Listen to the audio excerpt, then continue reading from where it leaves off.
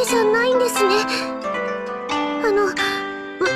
私、お茶って初めてで、うまくできないと思います。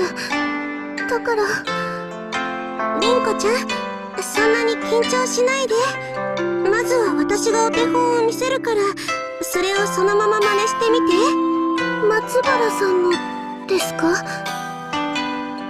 本当にそのまま同じようにすればいいんですか？はい、今日は細かいお作法よりもお茶を楽しむということを知ってほしいんです。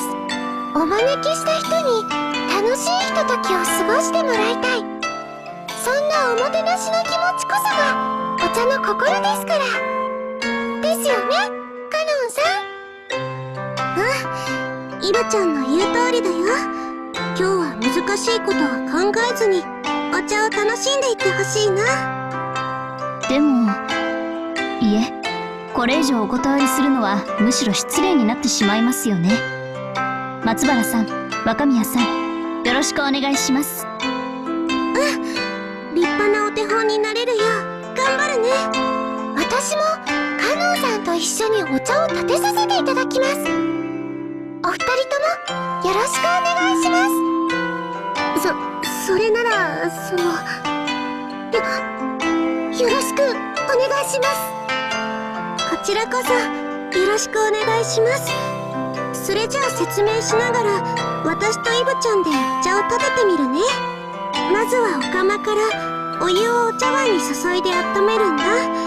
お茶碗が温まったらお湯はこっちに捨てて、それから手順はこれで全部だよ。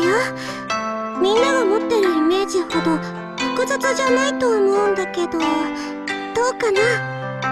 はい、これなら大丈夫そうです。白金さんは白金さん？すみません。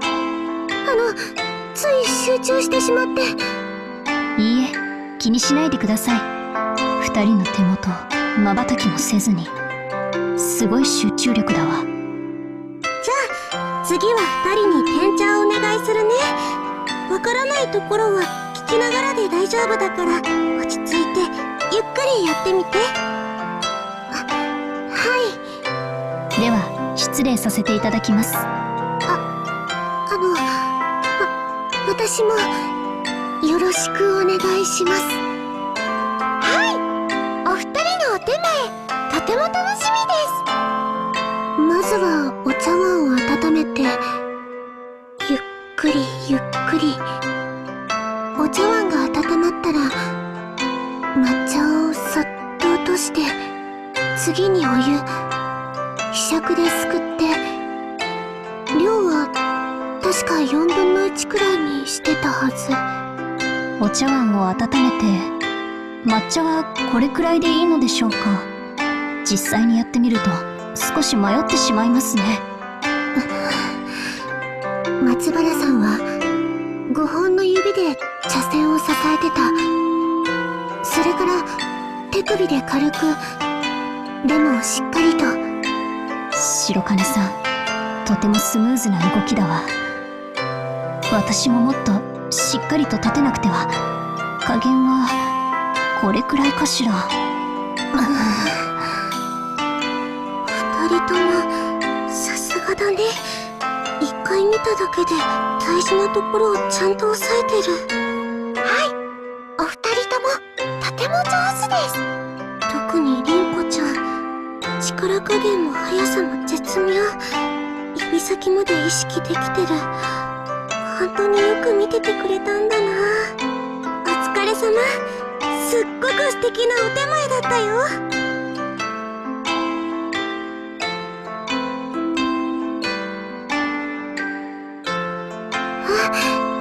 ありがとうございます。私もとても素晴らしかったと思います。実はところどころ白金さんをお手本にさせていただきました。そんな、氷川さんまで。私は松原さんの真似をしただけで、なんとかできてよかったです。凛子ちゃん、そんなに謙遜しないで。それだけよくできてたってことだよ。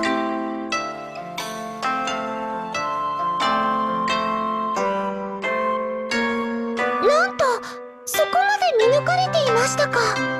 凛子ちゃん、もしかしてお茶を習ったことがあるの？いえ、何もやっていません。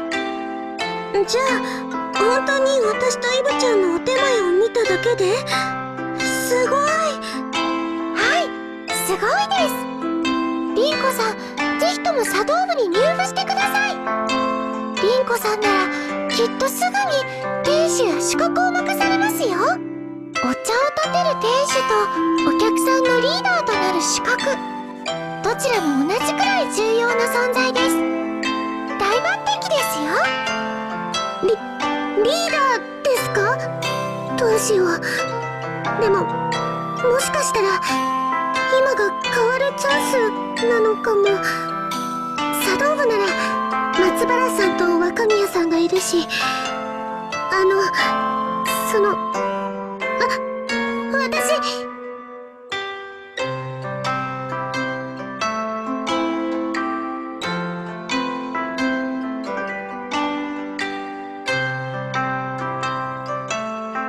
みんな、凛子ちゃんはまだ体験入部で。